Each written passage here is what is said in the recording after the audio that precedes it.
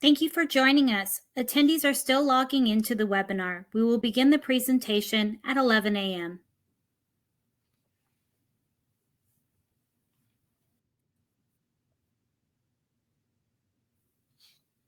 Sounds pretty chilly.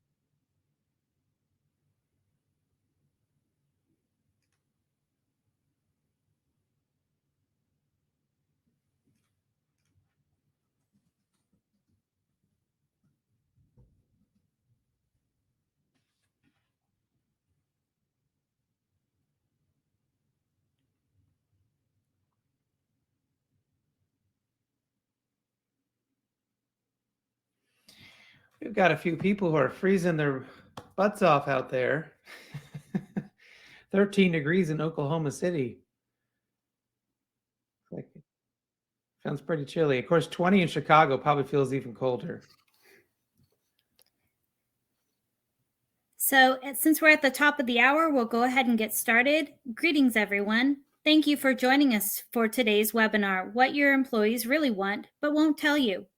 My name is Cynthia Woods, Vice President of Marketing at AccuSource, and I will be your moderator today. I would like to review a few housekeeping details before we get started. Today's webinar qualifies for 1 hour of HRCI and 1 hour of SHRM credit. To qualify for a credit certificate, you must be present for the full duration of the live webinar. The presentation will run approximately 50 minutes with 10 minutes remaining for Q&A. Please submit any questions via chat. We will answer as many live questions as time permits. Our team will provide a direct response to the attendee posing a question for any questions not answered live. A link of the recording for this presentation will be sent to each attendee within 48 hours post-webinar. I'd like to take this opportunity to introduce today's presenter, Chris Dyer, best-selling author, radio show host, and Chief Marketing Officer at People G2. As a highly sought-after keynote speaker, consultant, and advisor, Chris brings a unique perspective from his expertise in building, leading, and exiting successful organizations. Through his research from 2 best-selling books, he is always engaged in leading companies to help transform their culture, leadership, and flexible work strategies. He is also the author of the host of a popular radio show, Talent Talk, where he has led hundreds of conversations with the world's best leaders for his audience of over 3 million annual listeners. Chris is the founder of People G2, an AccuSource company. People G2, a fully remote organization, is routinely ranked as one of the best places to work. It has been listed 5 times as one of Inc.'s 5,000 fastest growing companies. Chris enjoys contributing to the leadership conversation and has been featured by leading media outlets including the BBC, Fox Business, NBC, Telegraph, The Sun, Inc., and Forbes. He has delivered keynote speeches and worked as a consultant for top brands like Johnson & Johnson, Citi, IKEA, Kelly Services, the United States Patent Office, the United Kingdom's National Health Service and their Ministry of Defense, as well as other top firms like Farmers Insurance and Cornerstone On Demand. He is listed as a top 50 global thought leader by PeopleHum and a top leadership voice on LeaderHum. Chris married his high school sweetheart and has 3 adopted children and 1 grandchild. I will now turn the presentation over to Chris. Thank you so much, and thank you everyone for joining. We're going to get the screen shared here. We'll make sure you all can see it, and then we will get going on the presentation. I'm excited. This is the first time that we are doing this in the sort of new format and the new structure, I think, as we might call it here. So the first thing that I wanted to do before we kind of get into anything more about what we're going to do here today and what we're going to talk about, and again, as Cynthia mentioned, if you have a question, please put it into the question chat field. I'm going to make sure I can see that on my end. Whoops, looks like I did the wrong thing and I am duplicating instead of. Fix that real quick. There we go. Now I can see your questions over my other monitor. So, but there is an area for questions. We'd certainly love to have you do that. If you're able to put in your questions, I will have a couple different areas where we're going to be asking polls, where we're going to be talking about kind of getting your questions out. So we don't necessarily have to wait till the end. We can have a conversation here, and we can be, getting to any questions you may have into the system. So the first thing I wanted to ask you all is to think about this scenario, this imaginary scenario, this what if situation. What if tomorrow, when you came to work, we were going to roll a dice and we were going to change who you were, right? Just by the total luck of the die, your gender might be different. Your race might be different. Your sexual preference might be different. Your politics might be different. All of the things that maybe you might identify as you might have suddenly changed when you walk into the door or to log into your remote computer tomorrow. And so how people in your organization perceive you, how you navigate that may radically change. Would your organization be prepared? Would you be able to be successful in this new situation? And I often like to get people to think about this because we can think about the organization working for us today and who we are, and whatever makes us us. But if we change just even one of those things, would our organization be a great place to work? Would we be happy? Would we be healthy? Would we want to stay? And if you think at all that just even one thing that might change about you could change that answer, it's a really great place for you to start thinking about how to make changes inside of your organization to help a vast majority of the people that might work for you. Now, it's possible not everyone can be perfectly happy in your organization. Your organization may be really tailored to a certain set of people for your company to be successful. But I think from a grander scale, if we can be that kind of company, be that kind of culture, be those kinds of leaders for our people to the most variables possible, we can have the best organizations. So think about that and really try to reflect on that. And it's a great thing to go back and ask your team. Go back and talk to your people about. If you want to get your CEO thinking about how the culture might need to change this year, it's a great question to ask them and get their answer. So as Cynthia mentioned, we've been working with a lot of great brands over the years. Certainly with everything that's happened with remote work, I've had the opportunity to do quite a bit of that. But I wanted to talk a little bit more today about what really makes a great culture, because this is where we're going to start our conversation. And through my research, we really focused on these areas, these pillars of success. So the greatest organizations are really good at transparency, positive leadership. They know how to measure things, the right things. They know how to acknowledge people and create recognition. They celebrate what makes people unique, what makes our products and services unique, not what makes us the same. And that gets back to that question I just asked you. They focus on how to be good listeners, and they know how to leverage mistakes.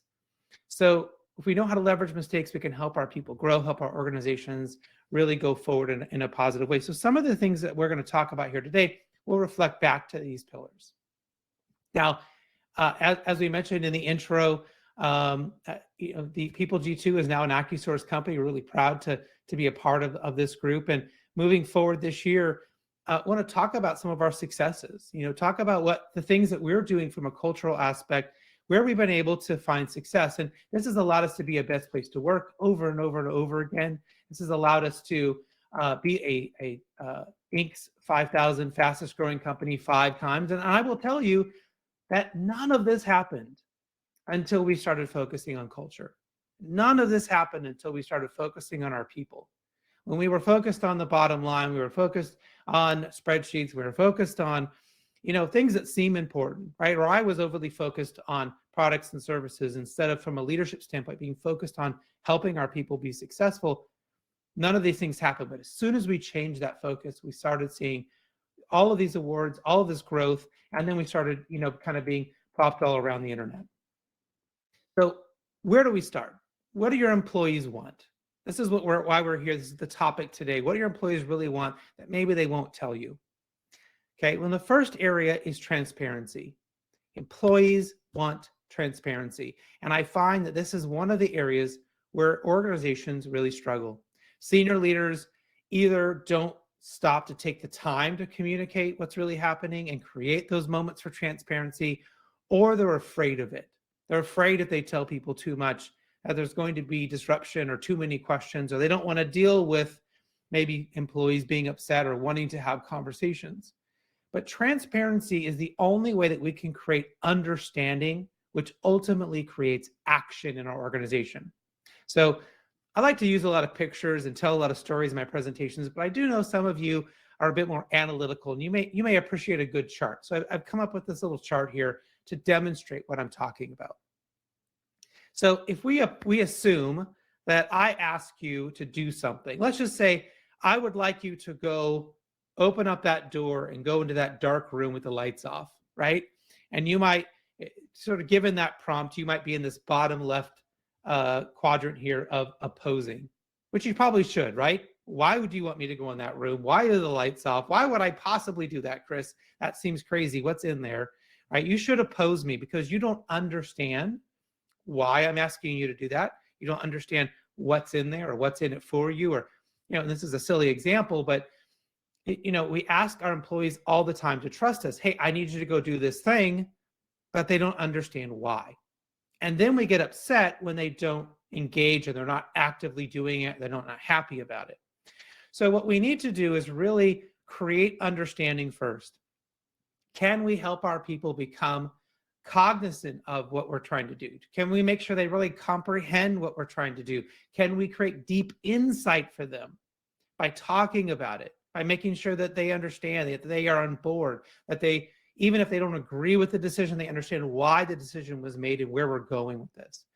And as that happens, we begin to move them then along the level of engagement. So if people start to become aware and cognizant of what we're trying to do, they can at least accept what we're doing.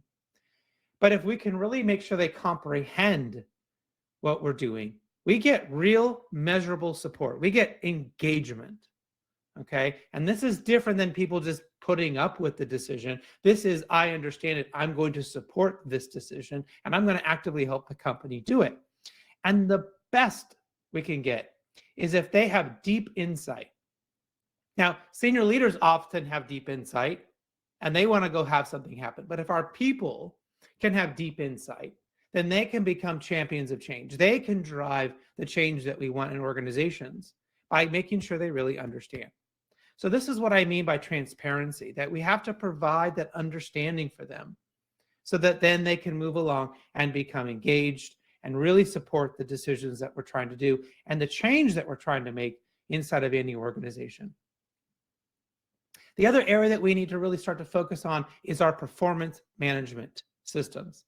Now, I looked at a great study by Gallup that looked at re-engineering performance management. Now, I have for years been saying that the annual survey is dumb and I hate it. And I wish that we would light it on fire and burn it up and never do it again, because it really sort of sets us up for failure. We are not communicating to people how they're doing for an entire year. They walk into a room thinking they're going to get a raise and a pat on the back, and we're give them a long list of things we didn't like, but we didn't tell them for the whole year.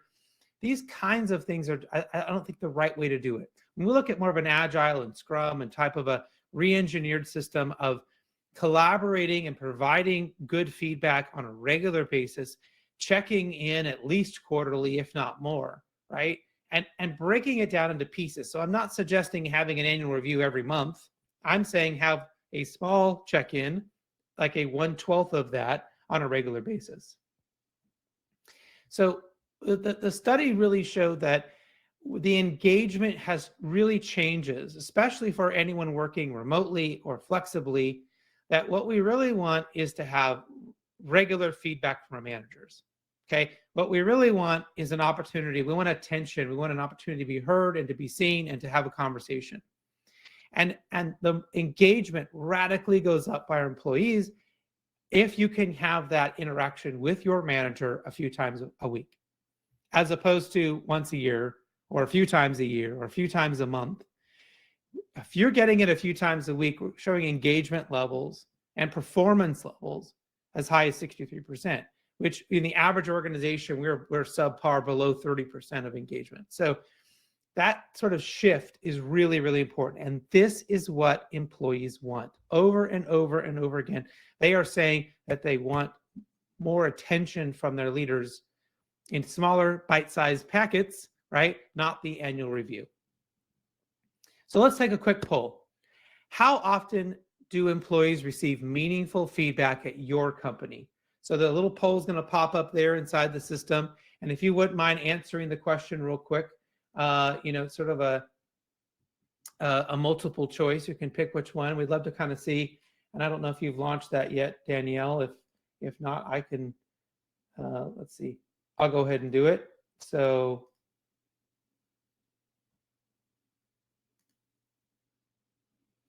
I don't know why it hasn't launched. Huh. There we go. It's up now. Don't know why that took so long, but the gremlins got to us. So certainly, if you could answer that, that way the entire everyone who attended can see that, and anyone who's watching the replay can certainly see that as well. So, well, it looks like maybe we didn't do the right one, but okay, that's cool. We can try to do the other one, which is there we go. How often do you receive meaningful feedback from your company? It looks like some of you already answered the other one, which is cool. We'll get to that one later, but go ahead and answer the other one. If you can do that, that would be awesome. So looks like a lot of you are doing yearly or a few times a year, which is pretty typical. So we really want to try to see, can we change that in a meaningful way? So how do we do that? How do we have reviews on steroids, right? Because nobody really wants to wait a whole year to know how they're doing.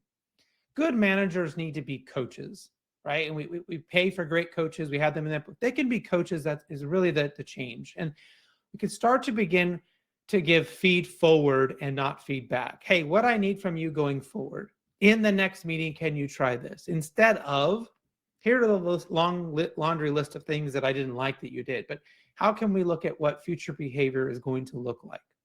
I love this concept of feed forward. It is inherently positive where feedback is inherently negative. As Marcus Buckingham once said that employees don't really want feedback, they just want your attention. And this is a great way to do that, to say, hey, this week what we need to focus on is this, or where I need you to be really diligent is here, to give them that feed for that clear direction going forward. We meet with our coaches all the time, right? Not once a year. So if we can think about being coaches instead of just managers, that can really change it. Maybe a monthly review meeting would be great. I've literally done 15-minute review meetings with my senior staff, once a month. Hey, this is where I think we need to be. This is what you're doing great. What do you need from me? And we're done. Like, it doesn't have to be an hour. It doesn't have to be a huge thing. We want to focus on teamwork and collaboration. We've also done this inside of a team setting, right? Focused on our goals together as a group, talked about it as a group, and used each other as support to meet our goals and talk about where we might need to do better. And then really looking at focusing on behaviors that we were rewarding people for doing things that align with our company values. So let's just say your company values are, we want people to help each other out. We want them to put the client first. Maybe we want them to exceed their goals and KPIs. Whatever your list is here, this could totally change company to company. But this is where we want to call people out and say, thank you I noticed that you did help Sally out the other day, right? We need to call out those behaviors in these sessions where we reinforce what we want and spend less time worrying about what we don't want. Don't forget to have those long-term career conversations. I think managers and leaders that want to pretend that people are going to be with us forever are doing themselves a disservice. We need to have that long-term career conversation in case what they're trying to do could be with you, right? Maybe they can stay with you. They don't have to leave to move up in their career. Make it a two-way street. Ask them where you could be doing better. Ask them what they need from you, what kind of behaviors they need from you. This is a fun, sometimes interesting conversation to have.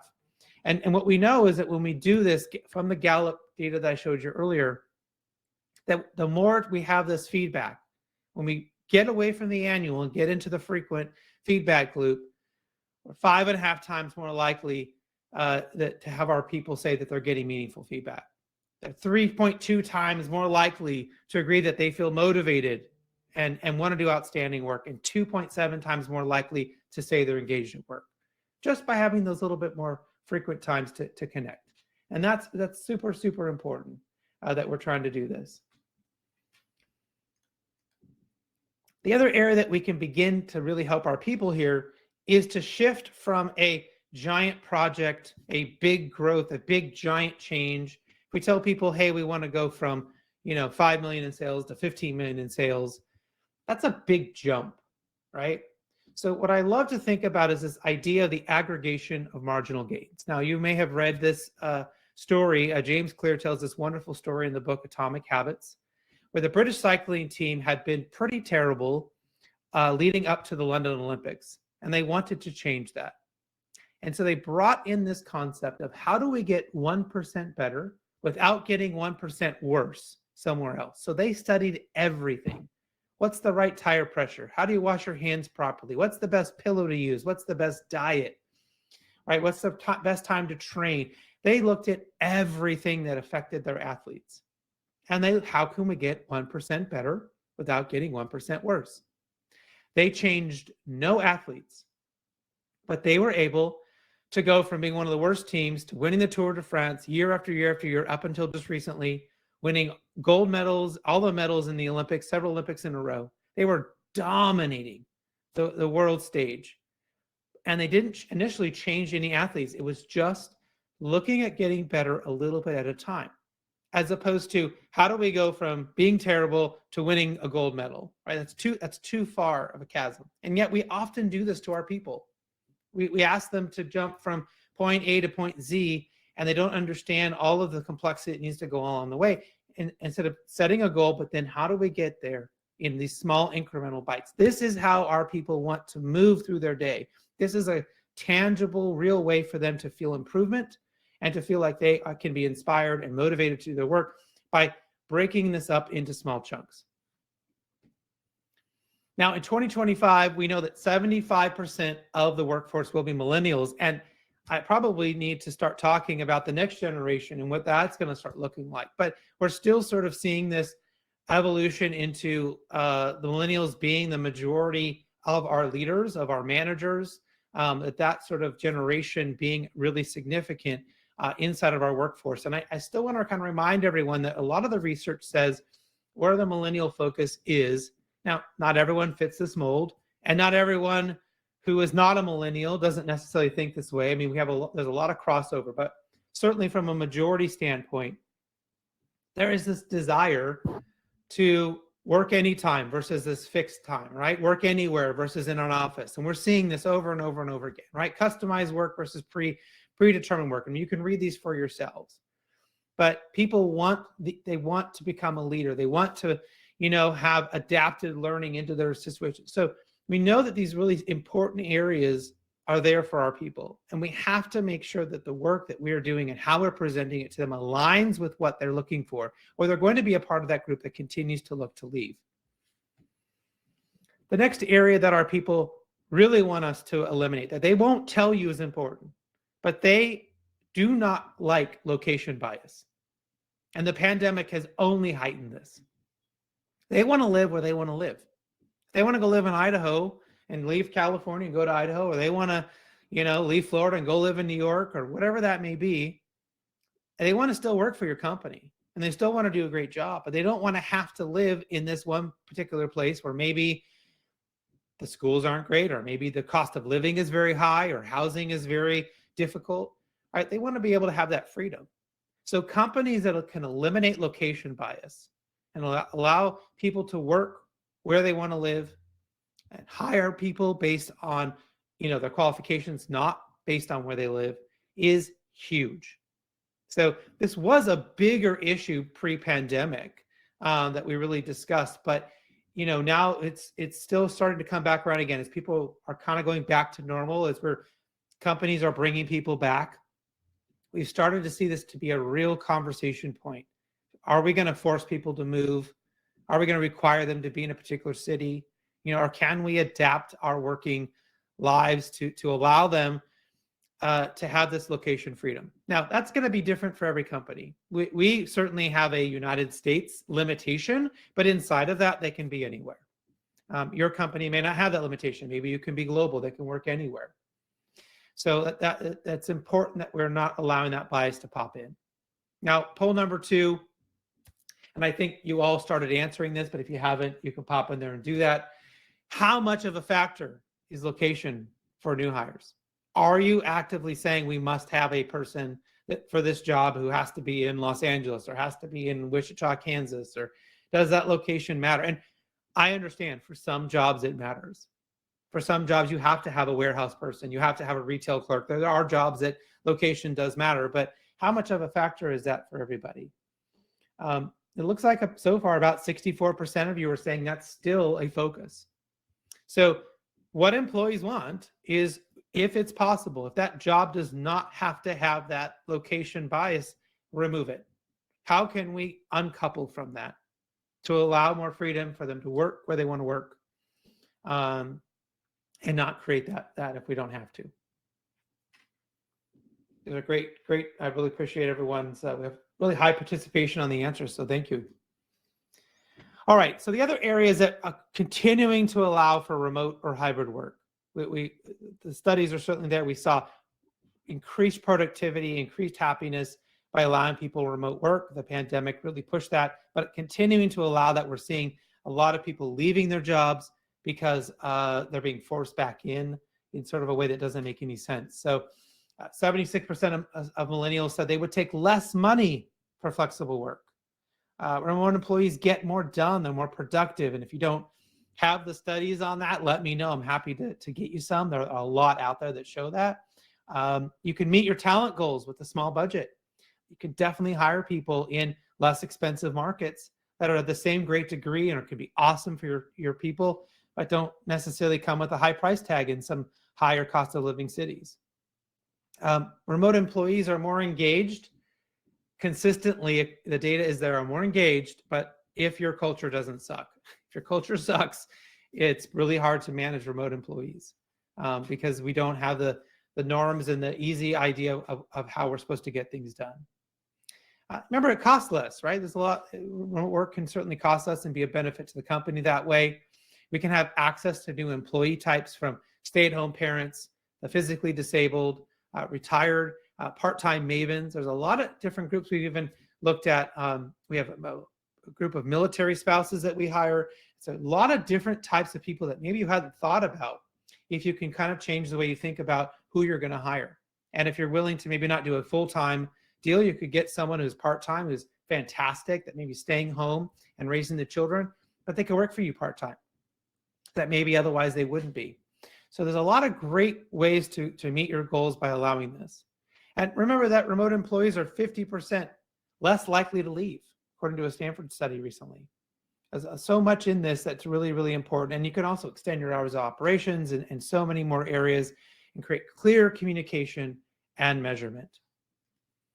Now, we had a few years ago this gentleman, Dr. Aaron Lee, a friend of mine from Walden University. He did his dissertation, his entire study around what makes remote workers tick and what really works for them. And he studied people G2 for an entire year. And he came up with this incredible data that I want to share with you. I have shared before on other webinars. And it's really, really important to understand the difference between how traditional employees in an office think about work and how remote workers think about work. Because it can help you as a leader really go after the right areas and really put the right focus and intention into helping your people succeed. So in the traditional setting, what they found was that these areas were important to workers, but personal connection and personal satisfaction were the most important areas for traditional workers. So the sense of fulfillment of being, in a desired state of being, sort of that they feel satisfied in the work when they're there doing it, that they feel connected personally to the people that they're working with, or maybe the customers, or maybe the people they interact with, right? That there's a kind of family environment. But interestingly, professional satisfaction, how they feel about their job, being satisfied with the actual job, the social interactions of working with their teammates, and then work-life balance were much less important. I found that fascinating because when they looked at remote employees, it was the complete opposite. Remote employees value work-life balance the most, meaning the ability and the authority to manage their own time. So they want to be able to drop their kid off, to school and then come back to work. They want to be able to take, go to a doctor's appointment, come back and not have to take a half day. They want to be able to go volunteer maybe for an hour and then just add an hour onto their day, on the front of the back. They want the ability, the flexibility. Maybe they want to go work at their grandma's house for 2 weeks in Kansas so they can, spend time with her, but still get their work done. They wanted that flexibility, right? That balance. Social interaction, so being social with their teammates, was the next thing that's important. And then professional satisfaction. I would much rather have professional satisfaction higher on their list, right? So the personal connection, the personal satisfaction, not so much. It's important, but not so much. That's important for you to know, because if you're spending your time trying to create more personal connection for remote workers, you're missing the boat.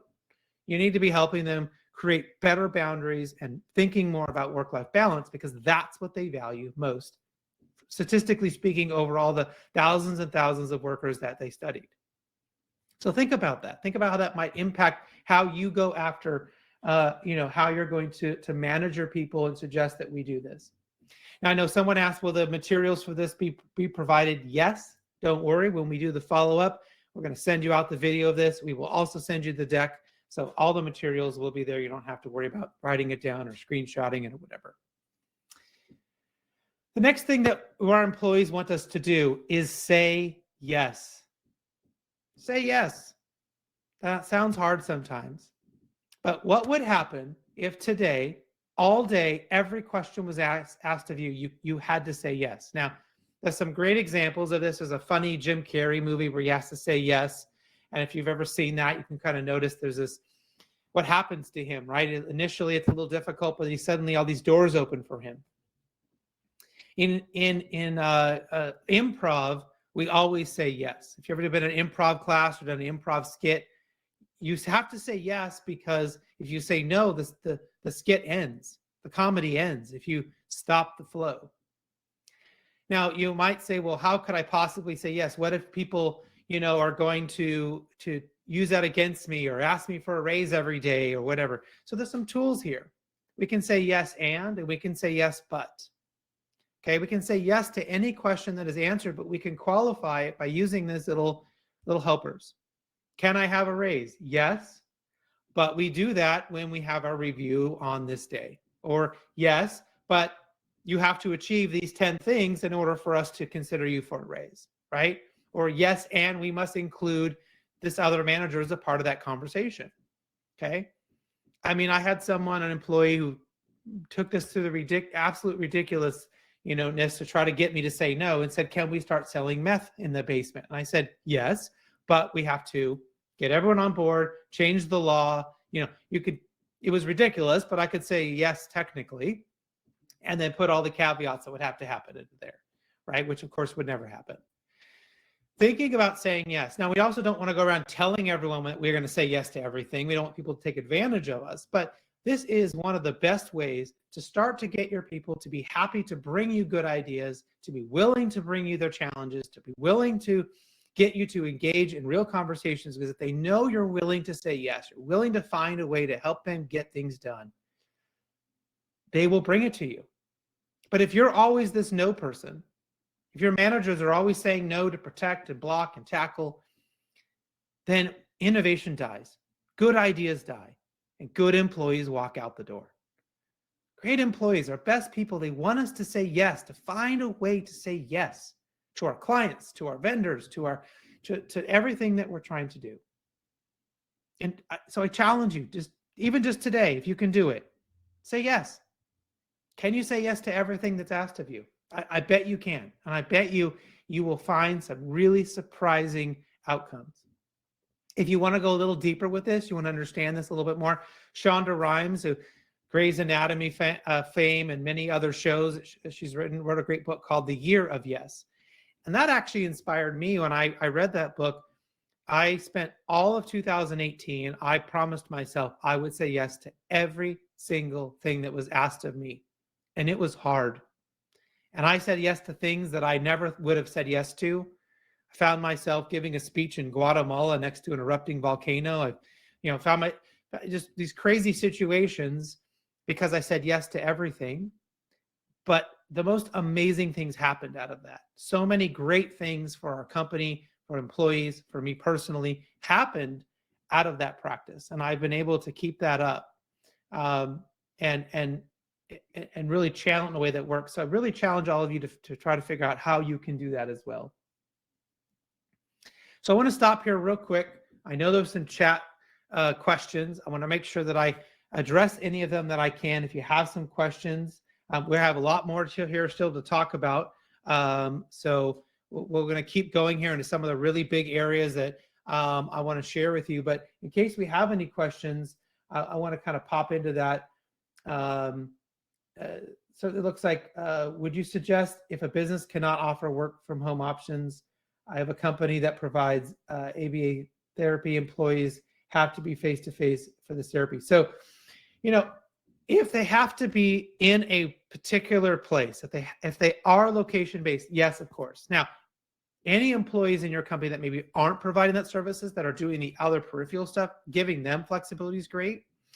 If there's any part of their day where they're not providing those services, where you could allow that flexibility, do it there. I do know people where part of the day is definitely fixed, but part of the day is not. They're doing reports or updates or trainings. Allowing them flexibility there is great. You have to be in the vineyard to make wine. You have to be in the hangar to build an airplane. There are jobs that flexibility and remote work just isn't possible. But where it is, make sure you are trying to encourage it. That's what's important. Let's see if there's any other questions here. Nope, looks like we're good. If I missed any, we'll certainly get back to them. Maybe Danielle will be able to, or Cynthia will be able to help me if I missed any. So before we dive into some of the little areas that I wanted to really point out, I always bring up Daniel Pink's incredible work and will remind you all that employees can only be happy if they have these three areas in their life working. They have autonomy in their work, autonomy in their lives. That doesn't mean they can do whatever they want, right? They have to fit inside of that box that we have given them. But the more autonomy we can give them, where they're not being micromanaged and they're not creating needless delays and reviews and 15 people have to make a decision, the more autonomy we can give them, the happier they are. If they have mastery in their lives, I mean, they're learning new things. If something in their life where they're able to learn or develop, now that could be at work. Maybe it's not. Maybe their job at work, they've mastered, and maybe we just have to encourage them to have mastery somewhere else, in a hobby, or learning an instrument. But as human beings, if we are learning something new somewhere in our life, that is a key component to us being happy. So if you have an employee who's just an unhappy person, they might not have autonomy, right? They may not have any mastery in their lives. And third part is we need to make sure that they are tied to our purpose as a company. Now, our purpose has always been that we want to make the world a slightly safer place. We know that the background checks that we do, they help keep, bad people, maybe it's people who steal money away from your bank accounts, right? Away from your 401ks. We keep sex offenders out of daycares, right? We know the work that we do makes the world just a little bit safer. That's our purpose. And so the people that we hire, we have to make sure that they understand that and they are aligned with that. If they don't align with that and they don't care about that, they're not working for us. So being very clear about your company's purpose and making sure they can say it in their own words and that they are behind it is super important for them to be happy. So I told you kind of what they want. Now let's talk about what they won't tell you. These are the things that people will not articulate to you, but they will leave in a heartbeat. They will go get another job. They will hand in their 2 weeks notice, or even worse, just ghost you, right? They'll just leave and never come back because of these reasons that we as leaders often would expect them to come back and talk to us about, but they won't. All of the research we've done and exit interviews, and I've worked with a lot of big companies looking at their exit interview data, consistently there are things that people will not tell them to fix, will not articulate. Instead, they'll just leave and go get another job. They want their leaders to be brave. Now, you might say, duh, but they want people to be brave and to be willing to take chances, be willing to say the things that need to be said. If leaders are not brave, if they're not working with people they feel are brave, they will not feel happy. They will leave. They're not going to come to the leader, knock on the door and say, excuse me, you're not very brave. I noticed you're always sort of like avoiding and, you always seem to crumble under a crisis. Could you fix that? No, they're just going to leave, right? They want you to be inspiring. Now, however you do that, we used to send out like a quote of the day. Maybe you might share a story. Maybe you might share what you read in a book, but they need inspiration from you in some way, shape, or form. However that feels comfortable for you. You could even just be bringing in someone from the outside to come give a talk or to help them facilitate a conversation. They want you to be upfront, right? To have the tough conversation, to say the things that need to be said immediately or upfront right away, not hiding from it, not, hiding the lead. They want you to be compassionate. If you have something going on in your life, they want you as the leader to acknowledge it, to help them, to talk about it, even if it's just to just acknowledge that that they're going through something tough, even if you can't solve that from them. Being compassionate is huge. They want you to be open, right? That means that you should not have a fixed mindset. You should not already have your decision made. You should not already have this sort of overwhelming desire where you think you already know what you know without having the opportunity to have a conversation. So even if I'm pretty clear about where I want to go, if someone wants to talk to me about it, I immediately try to just take a step back and be open to all possibilities, hear them out, and then try to make that conclusion again. They want you to be okay with dissent. This one's huge. How do we create an environment where dissent is okay, where we can allow people to disagree, to say what they think, to challenge us, to give us their opinions? Yes, we want them to support the decision that ultimately gets made and then move forward, but where is that opportunity for dissent? And I don't mean gossip, and I don't mean talking in the hallways. Oh, did you hear what that leader did? I'm talking about in a real open forum, being able to raise your hand and say, I'm not sure that's the right way for us to go, and being able to have a conversation about that. They want us to be their boss, not their friend. If any of you have ever seen The Office and Michael Scott, the American version of The Office, it's just like the classic. He's always trying to be everyone's friend, right? And he really struggles to be their boss. But people want you to be their boss first. Maybe you could be their friend too, but we want people to be there for us to help us, clear away the crap, help us be effective in our jobs, right? To be that brave, inspiring, compassionate person for us. That's what we need from them in work. I got plenty of friends. I got plenty of people to go hang out with on the weekends or at night. I don't necessarily need a friend at work. If I have a boss, I want someone who's going to help me do fantastic work. And that distinction is really, really important. And it is hard to balance that. They want us to be clear. Lack of clarity so many times comes up on exit interviews that leaders are not clear about what they want, when they want it, and they expect people to just figure it out. And then when they don't, are upset about it. So can you communicate things clearly, repeat it multiple times? I've seen lots of people say, well, I wish I knew what the goals were. And you go back and talk to the leaders and say, well, I told them what the goals were. And there's this huge, gap in between. We have to be very, very clear about what we want.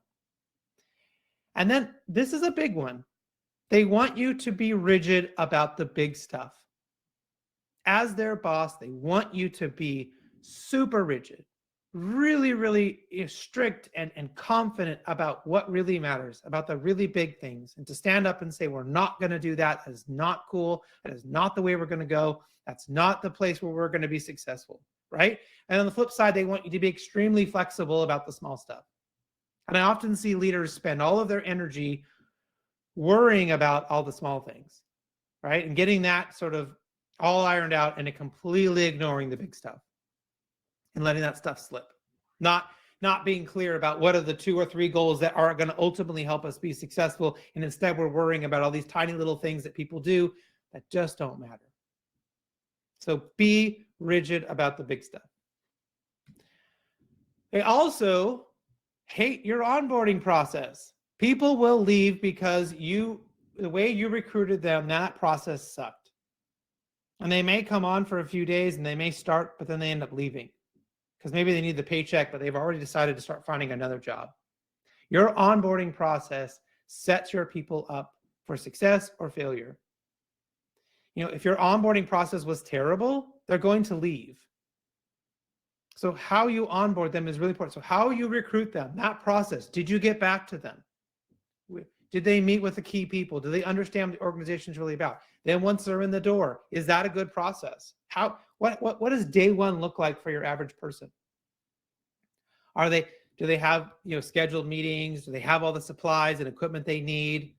Do you send them a gift? Do you welcome them? Do you introduce them to their team or the company? Like, what does that look like?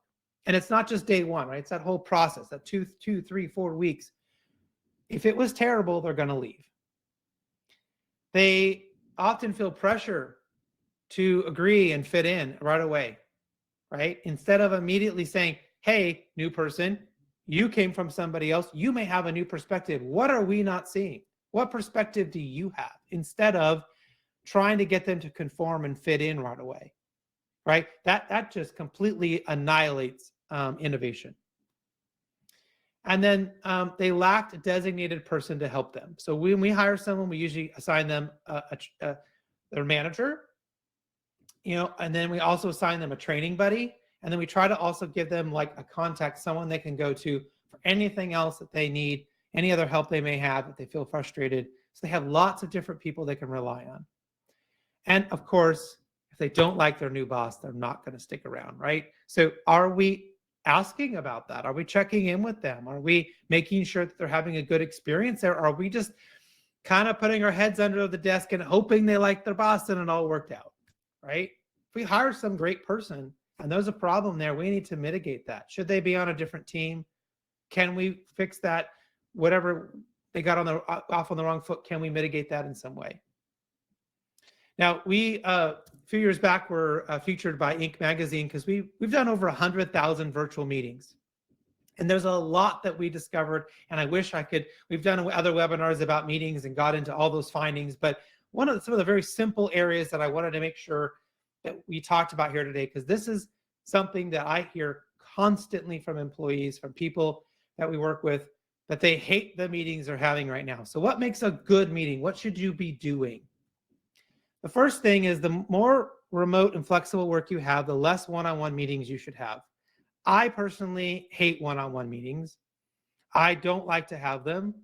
And I think you should try to have more group meetings, more team meetings, so small groups where you can make decisions, hear people out, have that exchange of information, right? Instead of siloing around the company, if you have a 30-minute meeting with 5 people as opposed to 5 one-on-ones for 30 minutes, think how much time you just saved. Now, this is true even inside of traditional organizations, but the more group team meetings, which just really comes from Scrum and Agile, the better off we can be. We want to stop having long meetings, long video meetings. If you're on hour meetings or hour and a half long meetings, it's hard. And if you're on video, it's even harder. So if you have to have a long meeting, which I don't suggest, maybe do video in the beginning and video at the end and cut it out in the middle to allow people that opportunity to not get so fatigued. And then we really want to curate our meetings. So every meeting you have should always start on time. We have in the past had people sing a song if they were late to a meeting. That's a funny way for us to encourage everyone to be on time. Always end early. There's a cognitive bias called Parkinson's law, which says if you set an amount of time to do something, it tends to take you that amount of time to do it. If you set 30 minutes for a meeting, magically that meeting takes 30 minutes. If you set 2 hours, it magically takes 2 hours. So if we squish down the time and we set the goal that we want to end the meeting early, right? Even if it's 5 minutes early, we can get more done and let people out of meetings and not bring in other topics or go long. That's the worst, is going overtime, right? Employees hate that. You ask them to be on a meeting, they have things to do. Nothing worse than going over that time and encroaching into their time that they had to get their work done. And then remember, no agenda, no meeting. If you don't have an agenda, if you don't know why you're meeting, you don't have a clear set of topics of why you're going to meet, then you should not be meeting, because you're just going to show up to a meeting and talk about what you should have talked about or what you should have planned for, then have another meeting because you weren't ready. So make sure you're really clear about what your meeting structures look like, and you're doing these if you want people to be happy and successful in their meetings. All right, poll number 3. How curated are your meetings right now? How curated do you think they are? Do we have that one? There we are. Fantastic. Thank you, Danielle, who's helping us moderate. That one's up there. So, do you think you're good about curating meetings? Are you okay? Or are your meetings so long and then they're killing your productivity? So it looks like we got a good mix here. They could be better as the kind of the leader here. And I agree. We all can work to get better at these meetings. We can all work hard to curate them in a better way. If anyone's interested in a lot of the different meeting types that we've done over the years, you can certainly go to the People G2 website under webinars and look up for the meetings webinars that we've done. I think it's called Not Another Meeting, or there's lots of different, certainly on my website, we've got it as well, if you're interested in going deeper into meeting structures. All right, so what else should we do? What else should we be thinking about as we sort of round this up? We're almost done here, and we'll get to that Q&A section. Make sure you're kind of ditching the annual survey. I like to do a weekly survey of one question. Making sure we're judging people on impact, measuring what matters, right? Not judging them on whether or not they're sitting at their desk or they're walking around or they look busy. What really matters? What is success? What are those clear goals? And if they do it, I don't really care where they are or how many hours they work. If I needed them to get these goals done this year, did they get them done? That's what matters. Remember to celebrate wins and say thank you, especially if you have people working remotely. It's harder to just, if you're all in the office and something good happens, you can say, hey, everyone, this thing just happened, and everyone can celebrate it. We don't have that if we are all meeting on Zoom or Teams.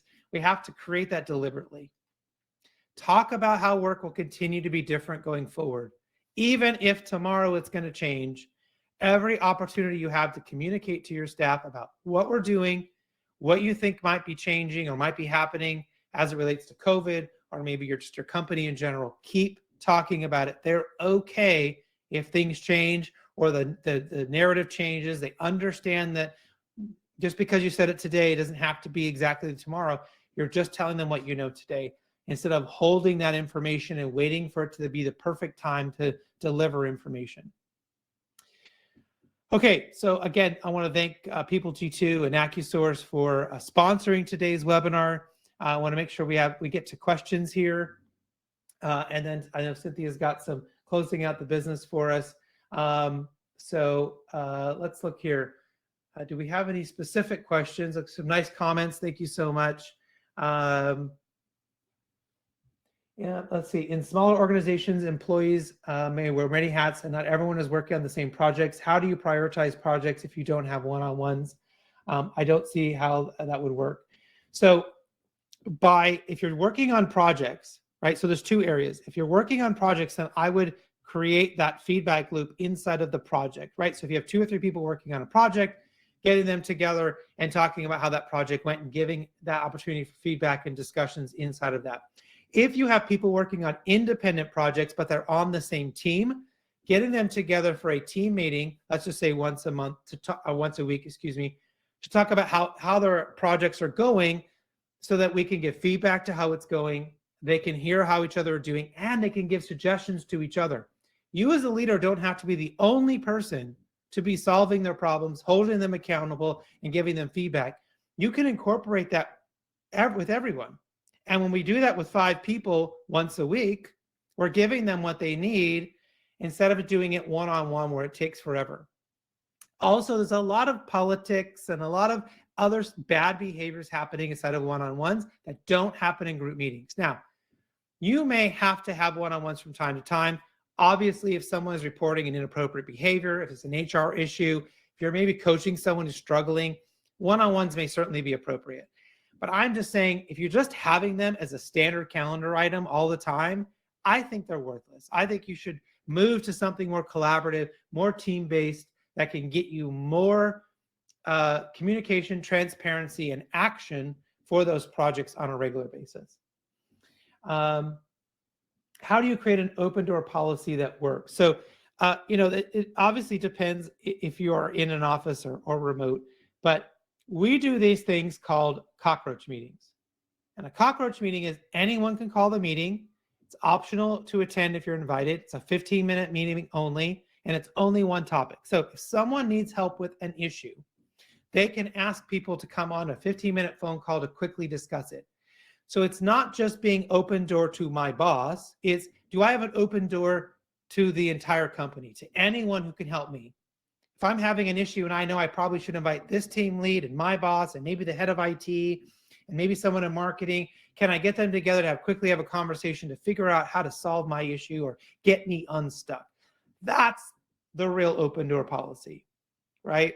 Is how do we do that? Now, for leaders, if it has to be that way, maybe let your people know, hey, I'm always available to catch up with you guys for 15-minute calls, or I'll hop on a Zoom. I know leaders have done this. I'm always on a Zoom from 3 to 3:30. Anyone from the team could pop in, ask questions, get help, and I will always have, it's almost like office hours for a professor, right? They've used that system as well. Figuring out what works for you and your team is super important. The other area is we use Slack. And so we create rooms based on projects and teams. And that's a place where we communicate. And that creates that open door as well. And transparency, because anyone can ask the question, everyone can contribute to the answer, and everyone can see what's happening, right? And if the boss or someone else goes, well, that's not quite right, we can address it. And it's not happening over in a silo in a one-on-one. These are great questions. Thank you. Do you have a software recommendation to measure workflow of offsite staff members? So we love using project management software like Basecamp or Monday.com. You could use Zoho Projects. But if you create a project management workflow where you can assign people tasks and you can create the transparency of who's doing what are the deadlines, and who has done the work, that is a big step right there. And then having regular meetings to talk through that. I'm not a big fan of anything that would be like monitoring their keystrokes, or are they actually on their computer during all the hours that they say. I think that really backfires from a cultural standpoint. You're basically sending the message, we do not trust you. And if what you focus on grows. I want to say that again in case you missed it. What you focus on grows. So if you're focusing on monitoring them, then you're going to have that continue to be a problem. But if you're focusing on outcomes, you're focusing on progress, that's what you're going to see more of. These are great. Okay, would you be, yes, if anyone has a question, you can see my email there. You can connect with me on LinkedIn. Certainly we'll have follow-up emails. You can send your questions there. If you connect with me on LinkedIn and want to send me a DM there, if that's easier, happy to, if anyone has any questions or comments, we'd love to get them. I'm going to turn this back to Cynthia so that we can wrap this up. But thank you all so much for being here. We really enjoy sharing this kind of content for everyone. And we hope you have a fantastic rest of your day. Cynthia. Thank you, Chris, for facilitating this wonderful webinar, and special thanks to our attendees for joining us today. Your HRCI and SHRM credit certificates will be emailed to you shortly. To recap, a link of the recording to this presentation will be sent to each attendee within 24 to 48 hours. Please also feel free to visit the resource section of our website at www.accusource-online.com, where you will find a full webinar library as well as other valuable compliance and educational resources. If you have any additional questions, please contact us at marketing@accusource-online.com. On behalf of People G2 and the entire AccuSource team, we wish you all an enjoyable day. You may now disconnect.